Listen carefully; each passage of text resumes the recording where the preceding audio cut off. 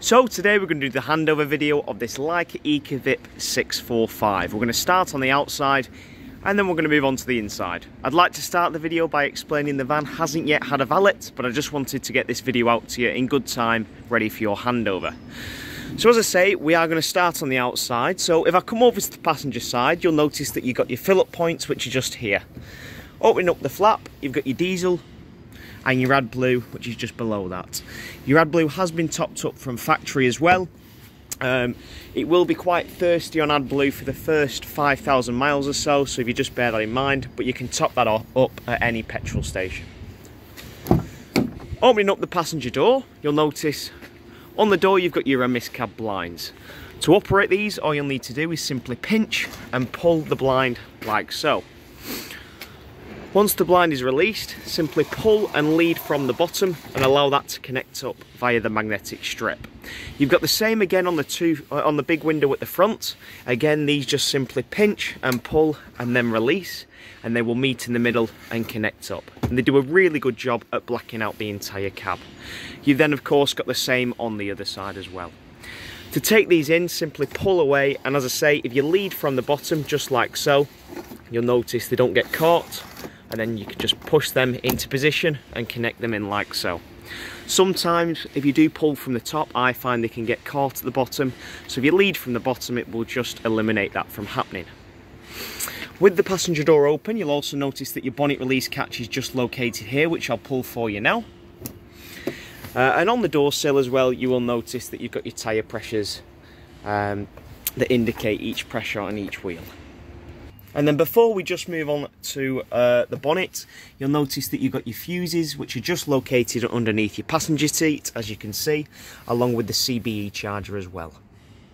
Okie dokie, so underneath the bonnet, the main things that you need to know underneath here is if you're ever going to jump start the vehicle. So if you're jump starting the van, you've got your negative terminal, which is just onto here, as indicated by the sticker above. And your positive terminal is just located underneath this flap here. All you've got to do is flick this flap up and you can connect your positive terminal onto there. So that's how you jump start the vehicle. But just to point out a couple more things as well whilst the bonnet is open, you can see you've got your brake disc fluid, which is up at the top here. You've then got your engine coolant, and then right in the corner here you've got your washer fluid for the front windscreen. And then finally you'll also notice you've got your engine oil as well. To find out how you don't have a dipstick here, you have a digital dipstick, so to look at that you can see that on the digital dash. Moving around to the side of the vehicle, on the driver's side now, you'll notice that you've got your big sliding door which will allow you access into the motorhome. Above that you've then got your Fiamma F80S awning. Now I will send you a separate video showing you how to operate the awning, but just a couple things to mention. If it is a windy day, don't use the awning. As you can imagine, if you get a little bit of wind underneath it, it could potentially pull the awning from the van, damaging the van and others on site. So bear that in mind. If it's windy, don't use it, and certainly don't use it at night. Don't leave it out, because you never know when you're going to get a sudden gust of wind. And secondly, if it is raining, although the awning can be used in rain, I'd recommend taking it back in, and then on a dry day you will need to pull that out and dry the awning out. If it's left stored and it's damp for a long period, it will just lead to mould and rot, so just bear that in mind. You can also see that you've got your electric entrance step into the main cab, or into the main habitation area rather, but we'll move on to that as we go on the inside. And then right at the rear you can see that you've got your fill-up point for your fresh water tank. All you'll need to do is, using one of your keys, release this cap and remove it. Using a food grade hose pipe you can then fill up your fresh water tank. Ensure that all your tanks are sealed at that point, and I'll show you how to do that as we move through the vehicle. And fill that up with a food grade hose pipe. When it's overflowing, you have then filled up the tank. It's as simple as that. You can then stick the cap back on and you can travel to your pitch. Moving to the rear of the motorhome, you've got two doors that open here, as well as a reversing camera which is fitted into the brake light up at the top there. And then, as you can see, with the two doors open, you've got windows on each of these. For your windows, all you'll need to do is pull down for your fly screen and pull up for your blackout blind, and you've got these all along the motorhome. And you can also open these windows just by pulling these little latches and then push them out like so. Please bear in mind that when you're travelling, these need to be completely sealed. Although you can put them on venting, when you're travelling, these need to be completely sealed and flush. You don't want any wind getting underneath there, as it could potentially pull it out the side of the vehicle. In the back, we'll go into more detail, as I say, as we move on to the inside, but you've got a little bit of storage underneath here, and a great bit of storage built into the side of the bench seat. On the left hand side, if I open this gas locker up for you now, you can see in there it can house 2 gas bottles. You've got your gas regulator there and your pigtail, which is currently not connected. I'll connect that up for you on the day. That will connect onto there, and that can then feed into your gas bottle. That will then allow you to flow the gas through and supply your appliances that run off gas for when you're wild camping. Moving round and onto the other side of the vehicle, you can see we come up to your first locker here, and within this locker, this houses the cassette for the toilet. So this is where all the waste gathers, and this is how you remove it and obviously empty it. So to do so, all you'll need to do is pull up on this blue tab and slide that out to you like so. And then once the cassette is all the way out, all you'll need to do is pull the funnel out towards you, remove the blue cap, and then click that blue button on the back. That will release an internal vacuum, allowing you to empty the contents of the cassette. You can put a bit of blue liquid in here as well. That will break down the waste if anything ends up in here, but you can also buy pods as well, which will break down the waste, which can go straight down the toilet. But if you're using the fluid, that needs to go straight into the cassette, and on the cap here there is a little measurement which will indicate how much you need of that. To swill this out as well, before you put the fluid in, you can put a bit of water, just give that a good old rinse, and then stick your fluid in, or as I say, apply the pods, and then you're good to go. Stick your cap back in, push the funnel in, and that cassette can go back into the motorhome. Now you will notice that you have got this blue valve here. This actually turns this. This should always stay in this position. This is what makes contact with the blade on the toilets. Now the blade will allow you to open and close the cassette. Before removing the cassette, you always need to ensure that that blade is closed. If the blade is open, it will contact with this and it will open it, and it can get stuck and jammed when you're trying to pull it out. I'll show you how to operate the blade as we move on to the inside of the motorhome, but please bear that in mind. That blade has to be closed before you remove this. And with doing that, this therefore needs to be in this position to remove it, and if you've got it out in this position, it needs to go back into that position. With the cassette back up, all you'll need to do is slide in. Just wait until you hear that blue clip click in, and then that cassette is not going anywhere. It's safe to travel like that. Moving on from the cassette, just below you'll notice that we come to your first drain down point. This is for your wastewater drain down point. You've got quite a few throughout the vehicle, which I'll be talking you through today, but this is the first one. So when you're on your campsite and you're moving off to your next pitch, or maybe going home, all you'll need to do is line yourself up with the grid on site, get a hold of this. This is your drain down handle. That drain down handle then connects onto there, and then you can simply turn that, and that will then allow you to drain down the tank. You can either, you need to make sure that when you're travelling, leaving this open, so dump the majority of the water on site, but then leave this tank open, as when you're travelling, that residual water will just naturally find its way out of the vehicle due to the vibrations of the road. And I say that for all your tanks as well on the motorhome. Once you've drained the majority of the water out on site, leave all your other tanks open, and as I say, that will just naturally find its way out of the vehicle. But that's your first drain down point. That's your waste water drain down point. What people tend to do is actually leave this tank open, especially if it's extremely cold. This tank is underslung, so it could potentially freeze if it is a really cold day. So if that's the case, I typically recommend leaving this tank open. When you're using the vehicle, your boiler and your freshwater tanks, which I'll move on to shortly, need to remain closed. But of course, when you're finished using the vehicle, make sure that everything is drained down. In the summer months, it doesn't matter as much, but I typically tell customers to get into the habit of draining everything down, just to ensure you're in the habit and ensure there's no water in the van, especially for them colder months. Next up, and moving on from the wastewater, you've then got your vent here for your Truma boiler. This is in essence the vehicle's chimney. It can get quite hot, this, especially underneath, so just give this a bit of a wide berth if you can. And then finally, on the side of the motorhome, you'll notice you've got your 230 volt power. So this is where you'll hook up your mains electric cable. So you'll connect that onto your point on site, and that will then connect into the vehicle.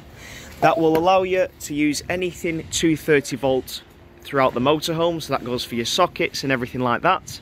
And it will also supply the leisure battery with 100% charge. So over a few hours, it will get your battery up to 100%. Okie dokie, so as you can see, we're now on the inside of the motorhome. I've just come through the habitation door. You've got your step button, which is just here. That will allow you to take the step in and out. So just down there, and you'll notice here, we've got a 230 volt socket, as well as some light controls as well for the surrounding lights. Now, as you walk through the habitation door, you'll notice that you've got your control panel here. You've also got a switch here that'll turn your lights on, or your headlights on, above head rather. And then, as I say, you've got your main control panel here. So to turn on and off everything in the motorhome, you've got this main isolator button. Press that and that will turn everything off in the vehicle. Below that, you've then got your pump. So click that to turn your pump on. Now please bear in mind that you should only be running the pump if you've got water in the vehicle. You shouldn't be running the pump if you've got no water in the van, because after a period of time it will burn the pump out. So please ensure that you only turn the pump on when you've got water in the motorhome.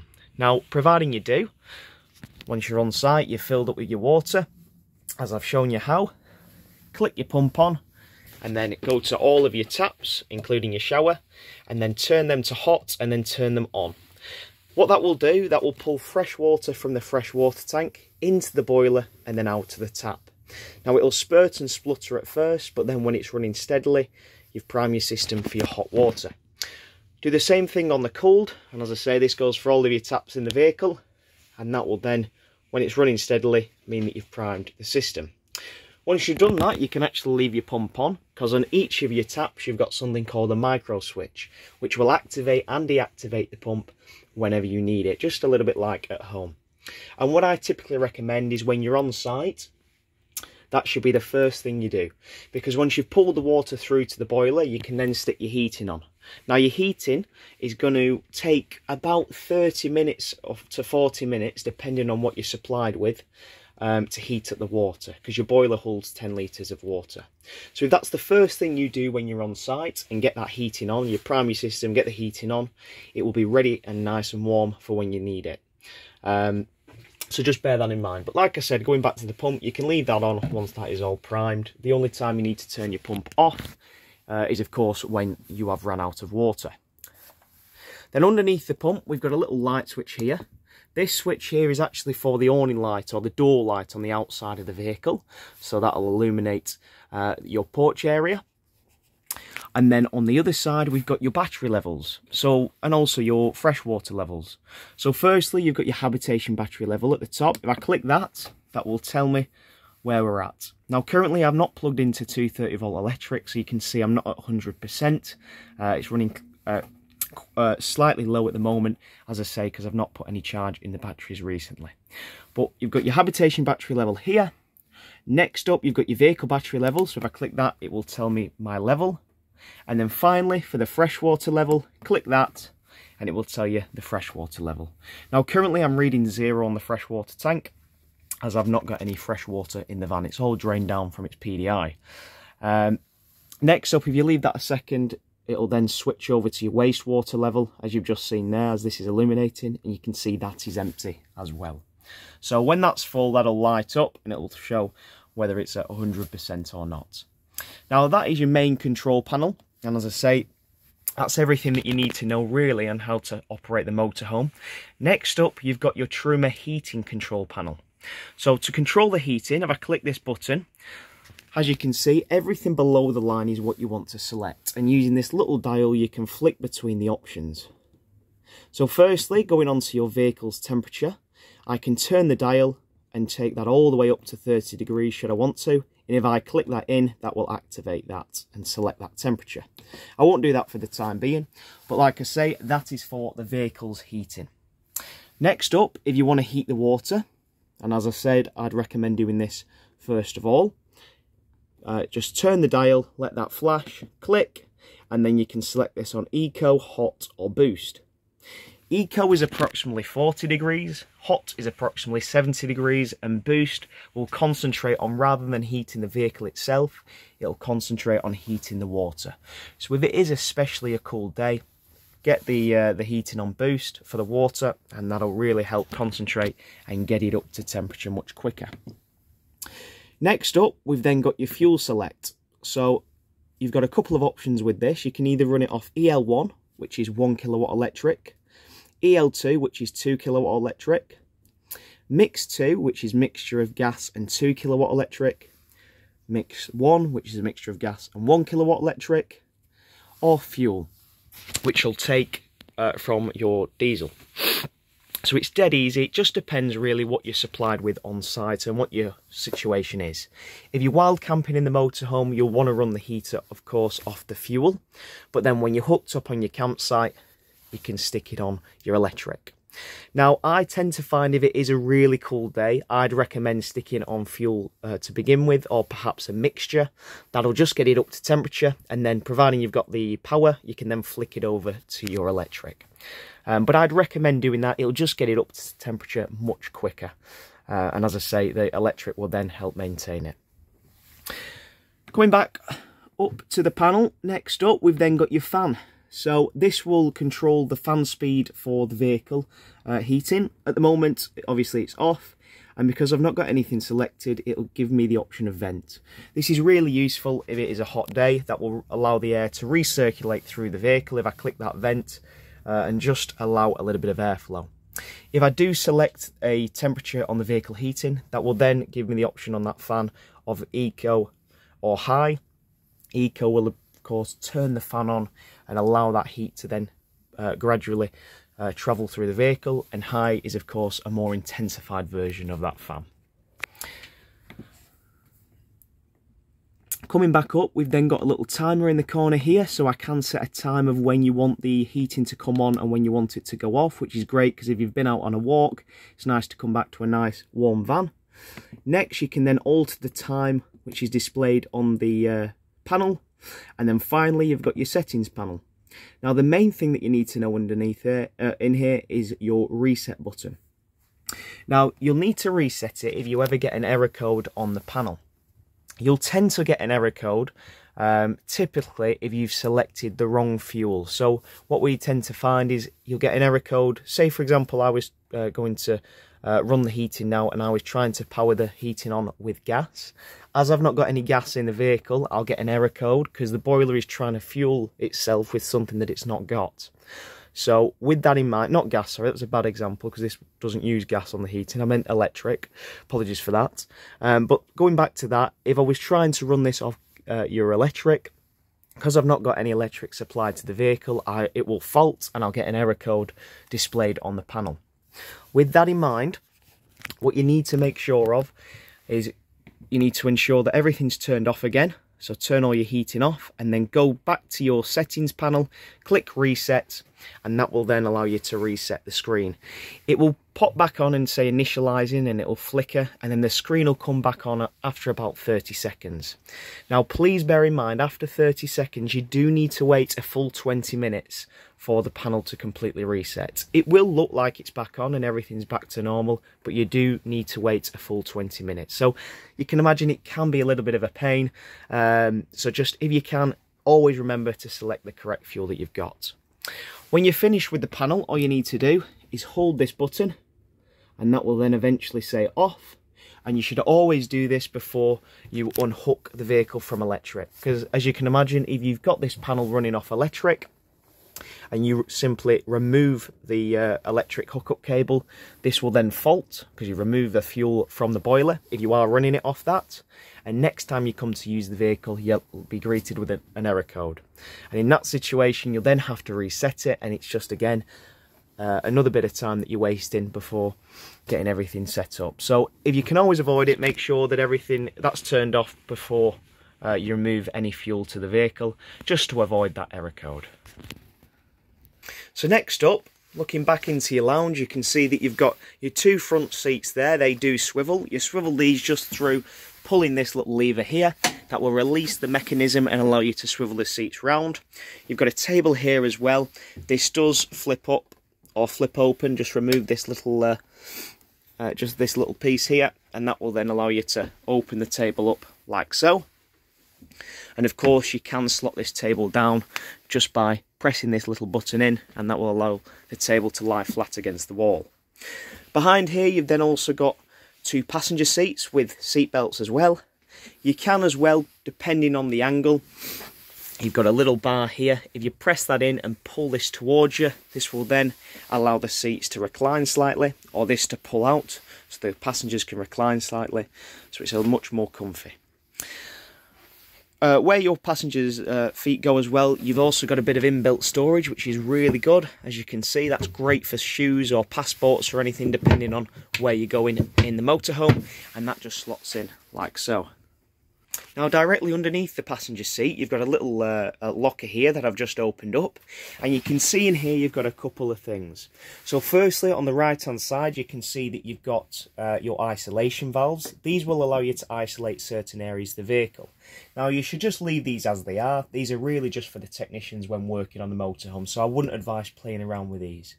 These, as I say, are just for when we're testing for gas leaks on PDIs, etc. So just leave these as they are. Above, you've then got your RCD breaker. If I flick this open, underneath, you've got your RCD breaker, so if the vehicle ever trips, you can come to this point, so it's nice and easy. There's also a test button on here, so if you're not getting electric to the vehicle and you can't work out why, just come to this panel, click the test button, and if all them trip, you know you're getting electric to the van, so there's not a fault with the sight or the hookup cable you're using, there's a fault with your vehicle. So it could potentially be a fuse or anything like that has blown. So just bear that in mind, it's a nice tip that to use. Below, you've then also got your drain down point for your boiler. So this brings us on to your second drain down point in the motorhome. And like I said, this is directly for the boiler and will allow you to drain down the boiler.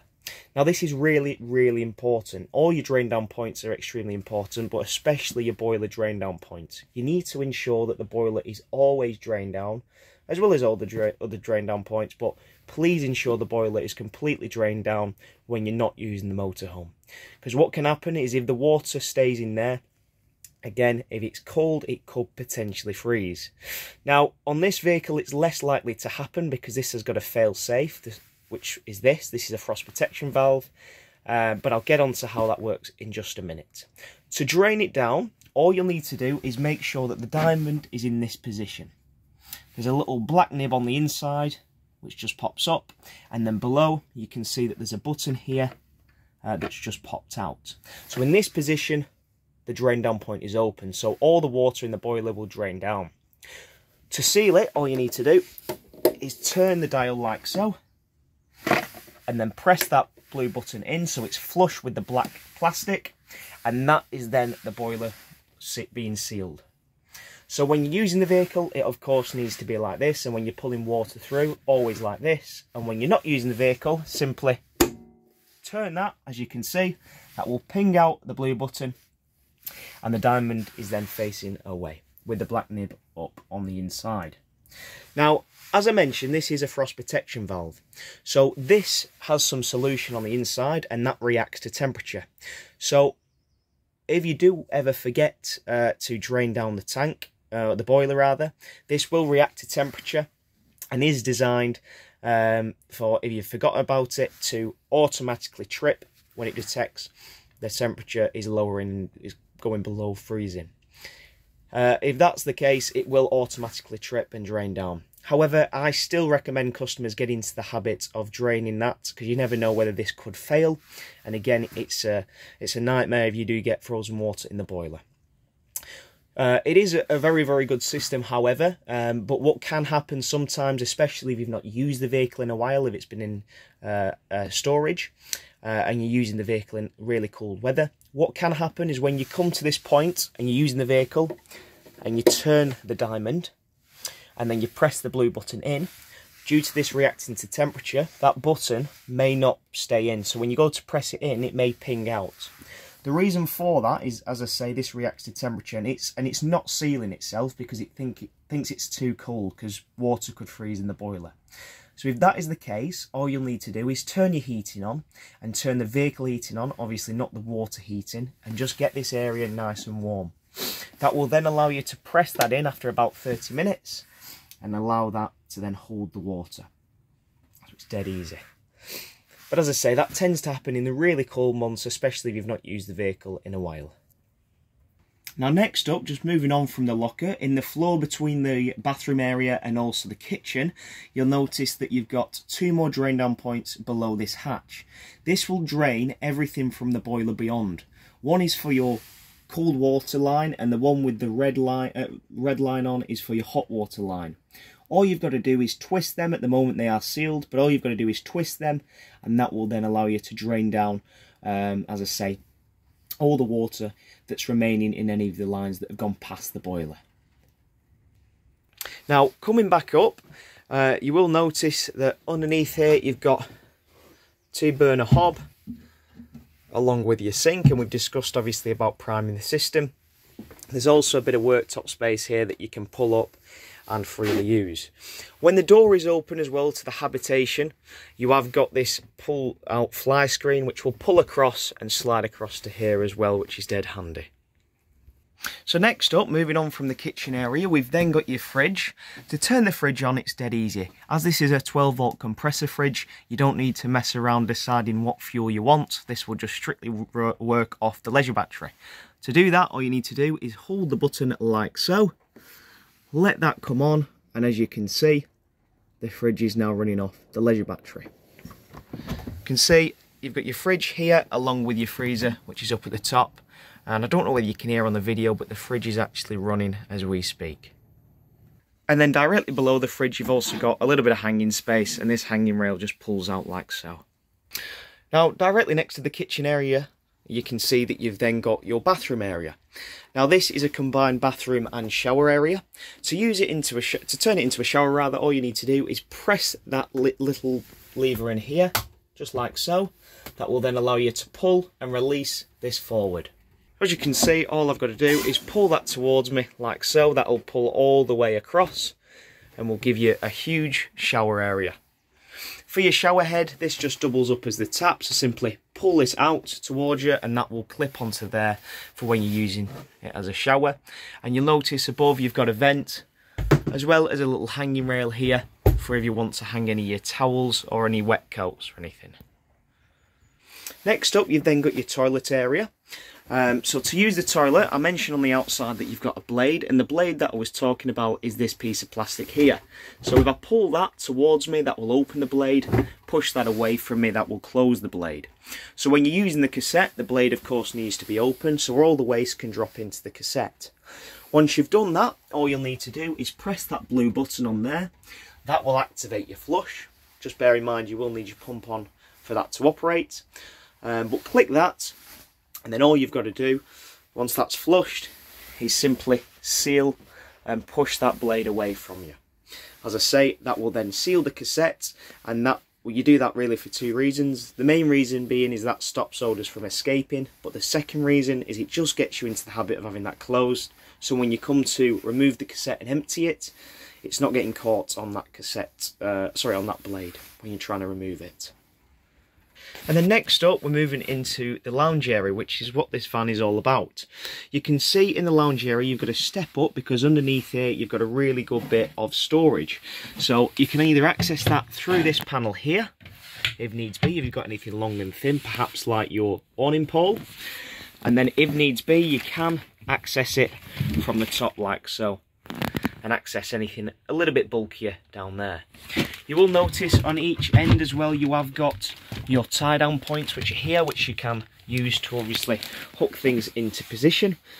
So again, it's nice and easy if you are storing anything. Now underneath the long bench seat on the driver's side, I've just removed the cushions because underneath here is where your final drain down point is on the motorhome. And this is the drain down point, of course, for the fresh water tank. So all you've got to do is lift this up, and then underneath this panel, I'll just remove that for you now, you can see underneath here is where your freshwater tank is. So if you want to clean the tank out, you can do just by removing this red cap. You can put purifying tablets in there as well, and of course put your hand in there to drain it out if needs be. To clean it out rather. I wouldn't recommend drinking out of the tank. If you're drinking water, just take some bottled water. However, if you are using the water to boil and obviously wash up, you're absolutely fine. But to directly drink out of it, I would typically recommend using a bottle of water. Now, to drain down this tank, all you'll need to do is turn this black valve like so, and you will have heard a little click there. You've got two settings on this freshwater tank. You can drain this to 20 litres if you're wanting to, if you want to keep a little bit of water in there, or you can drain the entire tank down. It's completely up to you.